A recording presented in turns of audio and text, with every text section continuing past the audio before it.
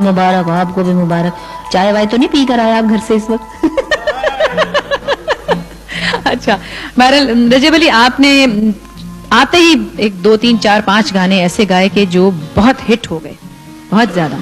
इतनी जल्दी मैडम नूरजहां के साथ ही गाना गा लिया, आपको कैसा महसूस हुआ था? बुशरा जी, वो मेरी एक खुश नसीबी थी कि मैंने मैडम नूरजहां जी के साथ पहला गाना गाया 1970 में, और वो पहला ही गाना सुपरहिट हुआ। और क्योंकि मेरा एक अपना अंदाज था, दुनिया ने पसंद किया, प्यार किया लोगों ने, सब ये जितने भी आर्टिस्ट हैं। मतलब बचपन से नजला रहता था? नहीं, आवाज की क्वालिटी जो होती है, निजल वॉइस होती है, वो कुदरती होती है, कोई बनाई नहीं जाती, तो नेचुरल निजल टोन है मेरे गाने का। बहुत शुक्रिया, आपसे बात करके बहुत अच्छा लगा, thank you very much. Parvez Mehdi sahab, आप जब इस काम में, इस फील्ड में एंटर हुए तो आप एक बहुत बड़े नाम के साथ एंटर हुए, जिसकी शनाख्त बहरहाल उस वक्त भी पूरी दुनिया में थी, और उस इतने बड़े नाम के साथ एंटर होना किसी फील्ड में बहुत जुर्रत की बात है और बहुत बड़ा चैलेंज था आपके लिए। आपको कैसे लोगों ने इस वक्त रिसीव किया, आपको कैसा रिस्पॉन्स मिला? इतना लकी था मैं कि जितने असातिज़ा थे जो हमारे बड़े उस वक्त, वो मुझे बहुत प्यार उनका मिला, वो मुझे प्यार करते थे, उनके करीब रहने का मुझे मौका मिला। यानी उस्ताद सलामत अली खान साहब, मानत अली खान साहब, उस्ताद शरीफ खान साहब पुंछ वाले, और फरीदा खानम जी, ये एक माहौल था। आप ये बताइए, अब तो मेहदी साहब बहुत घूमते रहते हैं, बाहर चले जाते हैं, कम यहाँ उनका रहना होता है, लेकिन आपको कभी ये फीलिंग हुई कि आप उनके सबसे लाडले शागिर्द हैं? ये वाकई मेरी खुशकिस्मती है, मुझे नाम भी उन्होंने अता किया, मेरा नाम परवेज अख्तर होता था, आपको शायद याद है। Thank you very much Parvez Mehdi sahab, आपका बहुत शुक्रिया। ख़वातीन और हज़रात, क्या क्या रोल किए जो आज भी यादों में नक्श हैं। शफी मोहम्मद शाह, आप क्यों ताली बजा रहे हैं भाई? मैं आपकी बात पे ताली बजा रहा हूँ। अच्छा, क्या हालचाल है? हाँ, बिल्कुल ठीक। 33 साल में क्या तब्दीली आई आप में और टेलीविजन में? 33 यार एक मिनट, ये इतना बेस ये बर्दाश्त कर पाएगा क्या? बोलो शफी।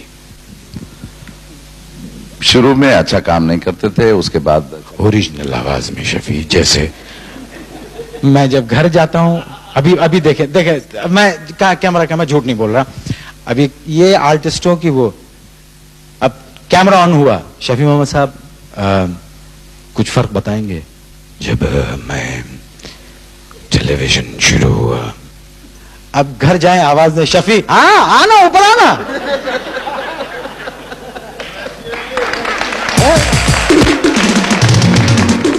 लेकिन शफी की आवाज ही ओरिजिनल माशाल्लाह ऐसी है, और इनकी अदाकारी में इनकी आवाज को भी बड़ी सपोर्ट हासिल है।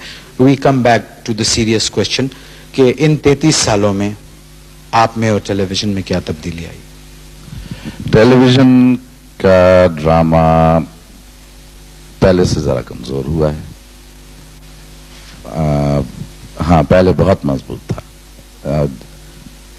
जितने हमारे राइटर्स हैं उनमें अब थोड़े से रह गए हैं जो बहुत अच्छा लिख रहे हैं, लेकिन ज्यादातर टेलीविजन से जो ड्रामा हो रहा है वो अपनी उस डगर से जरा सा हट गया है। मसलन ये कि मैं आज सुबह घर से निकला, कहीं गया, वहां से घर आया, कपड़े बदले, टिकट था मेरे पास, एयरपोर्ट पे आ गया, लाहौर उतर गया, उसके बाद मैं होटल चला गया, चेक इन किया, टेलीविजन स्टेशन आया, ये प्रोग्राम किया, वापस फ्लाइट में चला गया।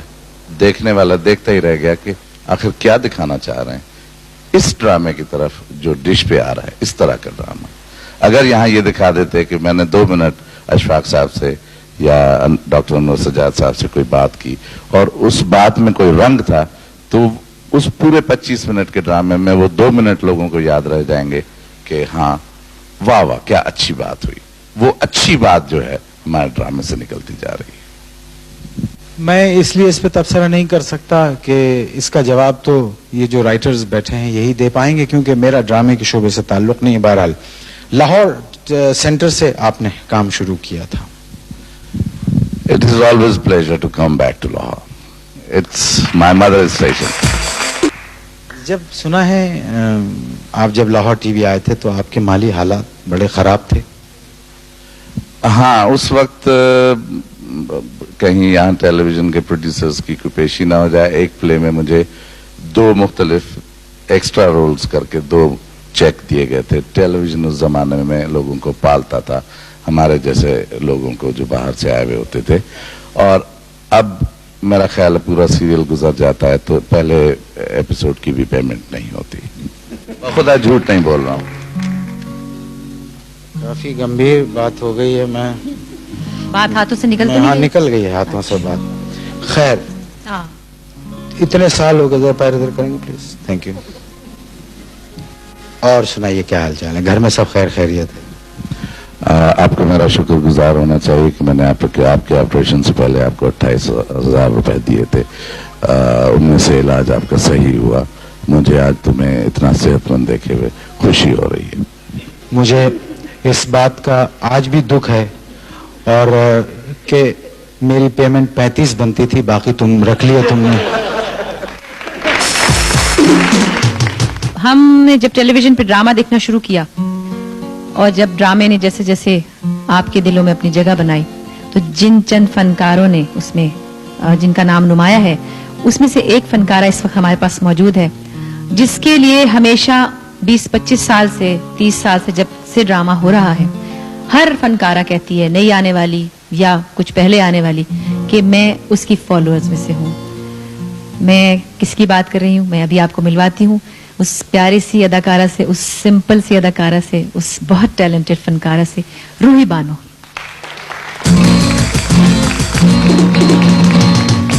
कैसी है रूही आप? बस मैं ठीक हूँ। आपने कहीं रूही बानो को देखा वैसे? जी, रूही बानो को? वो कौन है? नहीं, आपने कभी नहीं देखा? नहीं, मैंने नहीं देखा। अभी कुछ दिनों से कहीं खो गई हैं वो। कुछ मैंने बहुत तलाश करने की कोशिश की, लेकिन कहानी की तलाश की वजह से भी नहीं मिल सकी।